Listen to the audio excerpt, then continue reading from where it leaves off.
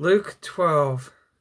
Meanwhile, when a crowd of many thousands had gathered, so that they were trampling on one another, Jesus began to speak first to his disciples, saying, "Be on your guard against the yeast of the Pharisees, which is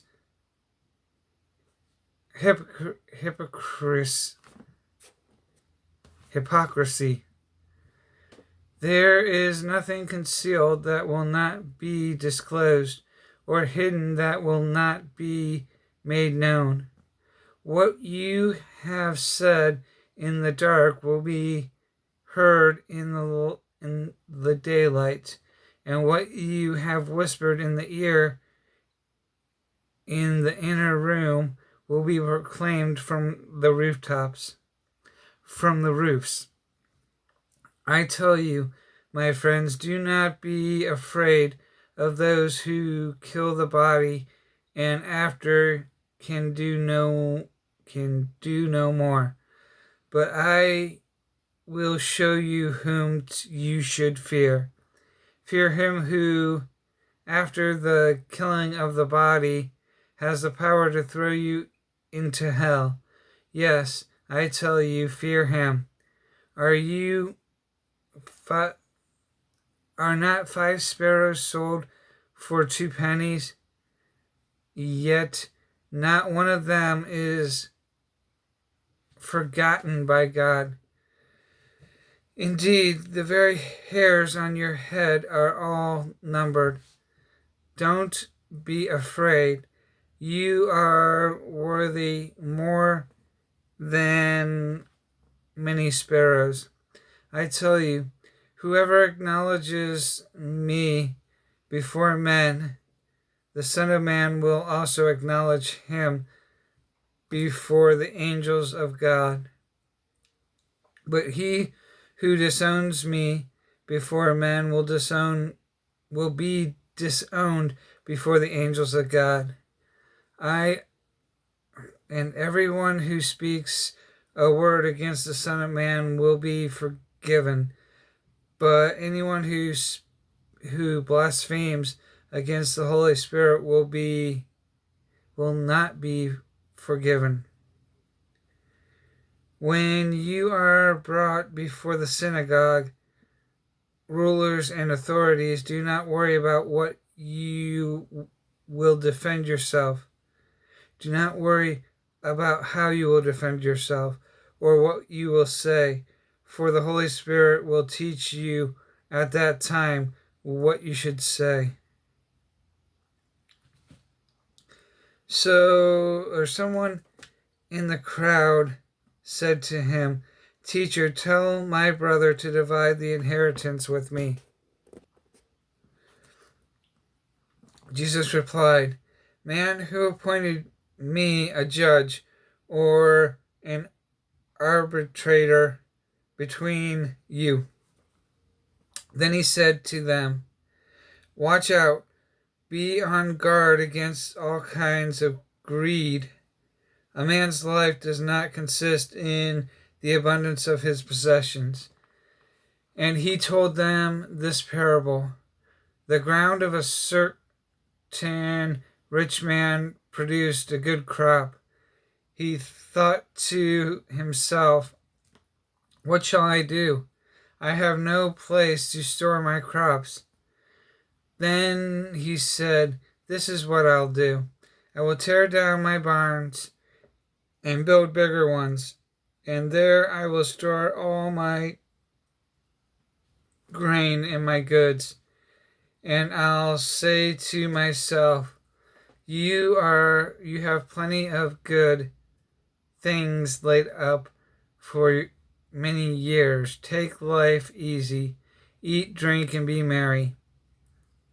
But God said to him, "You fool, this very night your life will be demanded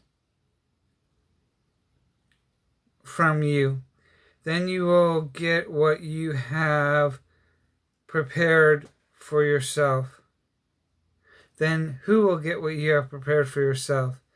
This is how it will be for with anyone who stores up things for himself, but is not rich toward God. Then Jesus said to his disciples, "Therefore I tell you, do not worry about your life, what you will eat, or about your body, what you will wear. Life is more than food, and the body more than clothes. Consider the ravens. They do not sow or reap. They have no storehouse or barn, yet God feeds them. And how much more valuable you are than birds. Who of you, by worrying, can add a single hour to his life? Since you cannot do this very little thing, why do you worry about the rest? Consider how the lilies grow. They do not labor or spin. Yet I tell you, not even Solomon in all his splendor was dressed like one of these. If that is how God clothes the grass of the field, which is here today and tomorrow is thrown into the fire, how much more will he clothe you, O you of little faith? And do not set your heart on what you will eat or drink. Do not worry about it. For the pagan world runs after all such things, and your Father knows you need them. But seek his kingdom, and these things will be given to you as well. Do not be afraid, little flock, for your Father has been pleased to give you the kingdom. Sell your possessions and give to the poor. Provide purses for yourselves that will not wear out, a treasure in heaven that will not be exhausted, where no thief comes near and no moth destroys. For where your treasure is, there your heart will be also. Be dressed ready for service, and keep your lamps burning, like men waiting for their master to return from a wedding banquet, so that when he comes and knocks, they can immediately open the door for him. It will be good for those servants whose master finds them watching when he comes. I tell you the truth, he will dress himself to serve, will have them recline at the table, and will come and wait on them. It will be good for those servants whose master finds them ready, even if he comes in the second or third watch of the night. But understand this, if the owner of the house had known at what hour the thief was coming, he would not have let his house be broken into. You also must be ready, because the Son of Man will come at an hour when you do not expect him. Peter asked, Lord, are you telling this parable to us or to everyone? The Lord answered, Who then is the faithful and wise manager, whom the master puts in charge of his servants, to give them their food allowance at the proper time? It will be good for that servant whom the master finds doing so when he returns. I tell you the truth, he will put him in charge of all his possessions. But suppose the servant says to himself, my master is taking a long time in coming, and he then begins to beat the men servants and maid servants, and to eat and drink and get drunk. The master of that servant will come at a day when he does not expect him, and at an hour he is not aware of. He will cut him to pieces and assign him a place with the unbelievers. That servant who knows his master's will and does not get ready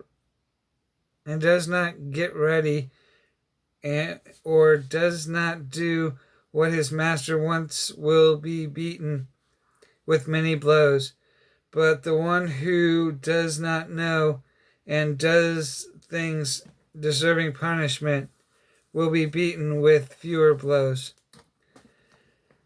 From everyone who has been given much, much will be demanded, and from the one who has been entrusted with much, much will be asked. I have come to bring fire on the earth, and how I wish it were already kindled. But I have a baptism to undergo, and now distressed I am until it is complete. Do you think I came to bring peace on earth? No, I tell you, but division. From now on there will be 5 in one family, divided against each other, 3 against 2, and 2 against 3. They will be divided, father against son, and son against father, mother against daughter, and daughter against mother, mother-in-law against daughter-in-law, and daughter-in-law against mother-in-law. He said to the crowd, when you see a cloud rising in the west, immediately you say, it's going to rain. And it does. And when the south wind blows, you say, it's going to be hot. And it is. Hypocrites, you know how to interpret the appearance of the earth and the sky. How is it that you don't know how to interpret this present time? Why don't you judge for yourselves what is right, as you are going with your adversary to the magistrate? Try hard to reconcile to him on the way, or he may drag you off to the judge, and the judge turn you over to the officer, and the officer throw you into prison. I tell you, you will not get out until you have paid the last penny.